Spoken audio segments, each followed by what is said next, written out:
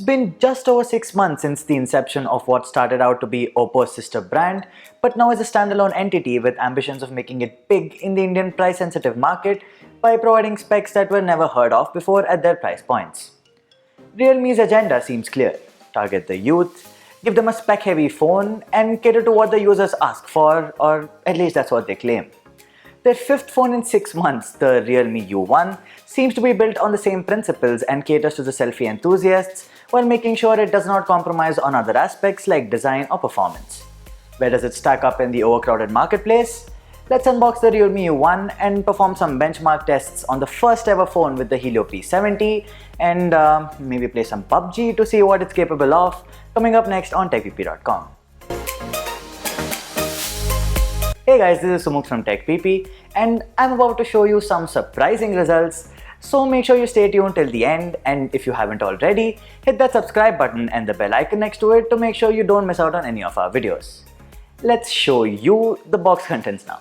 Realme has undergone a brand overhaul of sorts, so new logos, new color schemes, and it now reflects on the change in packaging as well. Let's cut through the outer plastic, and on lifting up the upper half of the box, we find an enclosure with the SIM ejector tool, a quick start guide, and a soft TPU case.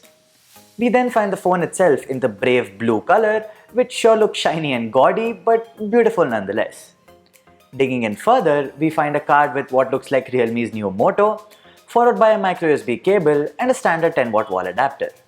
Oh yeah, almost forgot about it, there's also pre-applied screen protector. Let's now put the box away and focus on the phone itself. At first glance, the Realme U1 looks like an exact replica of the 2 Pro launched not too long ago. Polycarbonate back, teardrop notch on the front, same dual camera and fingerprint scanner placement, along with all the regular buttons and ports along the sides. The U1, however, skims on a secondary mic for noise cancellation.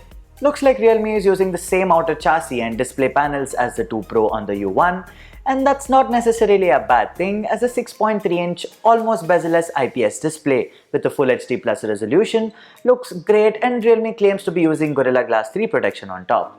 The cameras, however, have undergone a change. While the rear still houses 2 cameras, the primary shooter is now a 13-megapixel f/2.2 sensor accompanied by a secondary 2-megapixel depth sensing unit. Slightly underwhelming when compared to the 2 Pro, right? The story, however, is entirely different on the front.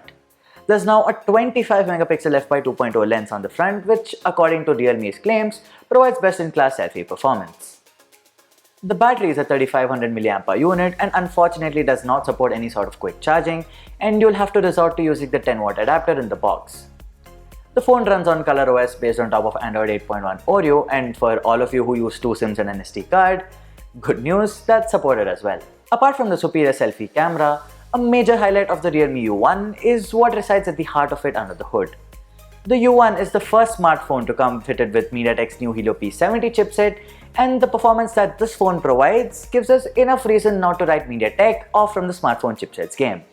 The Helio P70 is manufactured on the 12nm manufacturing process and uses 4 high-performance Cortex-A73 cores clocked at 2.1 GHz and 4 power-efficient Cortex-A53 cores clocked at 2 GHz.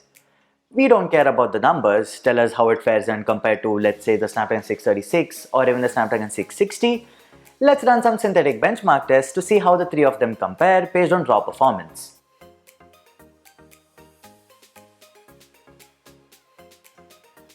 We're using the Redmi Note 6 Pro with the Snapdragon 636 chip and Realme's own 2 Pro with a 660 chip. Let's run Antutu first, followed by Geekbench,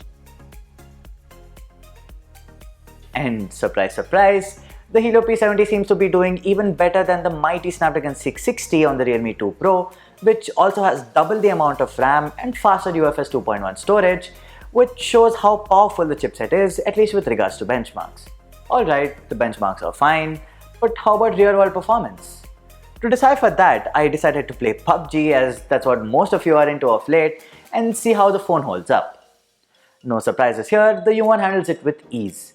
The game installs in medium settings by default, but I switched to high-end HD graphics before testing, and the U1 pulled it off without any issues.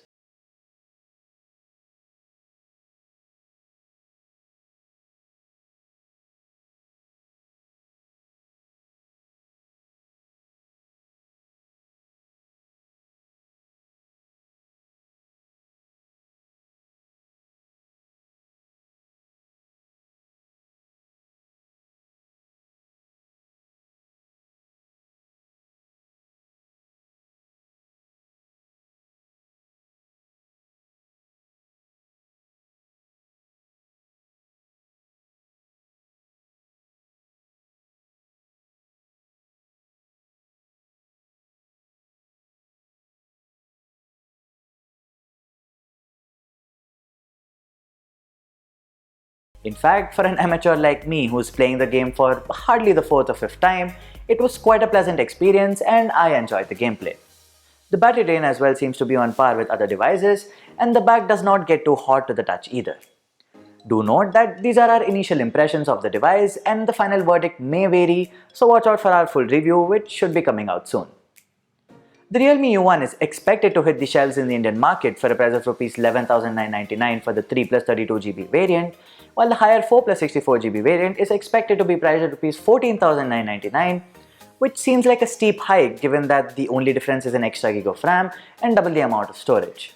For the price of the base variant, however, the RealMe U1 seems like the undisputed king of performance if that's what you're looking for, and if you're into selfies, that's just the icing on the cake. And that's not saying that the rest of the package is bad, these are just the unique selling points.